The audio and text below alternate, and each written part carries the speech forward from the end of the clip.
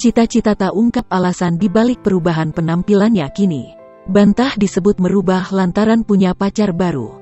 Pedangdut Cita Citata belakangan ini kembali menuai kontroversi.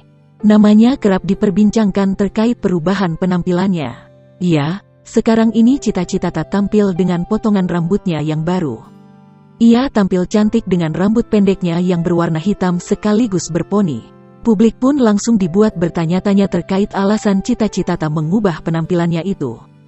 Banyak yang menduga bahwa perubahannya itu demi menarik perhatian seseorang yang kini tengah dekat dengan dirinya. Benarkah demikian? Melihat kehebohan soal penampilannya tersebut, Cita Citata pun langsung beri klarifikasi. Bukan karena pacar baru ataupun kedekatannya dengan seseorang, rupanya alasan Cita Citata merubah penampilannya lantaran ingin terlihat lebih muda. Ya, ingin kelihatan lebih muda aja sebenarnya, katanya. Dilansir Tribun Style dari YouTube Trans TV Official pada Kamis, tanggal 2 Desember tahun 2021.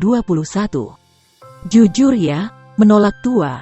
Umur makin tua dimuda-mudain. Daripada botox, tambah Cita Citata.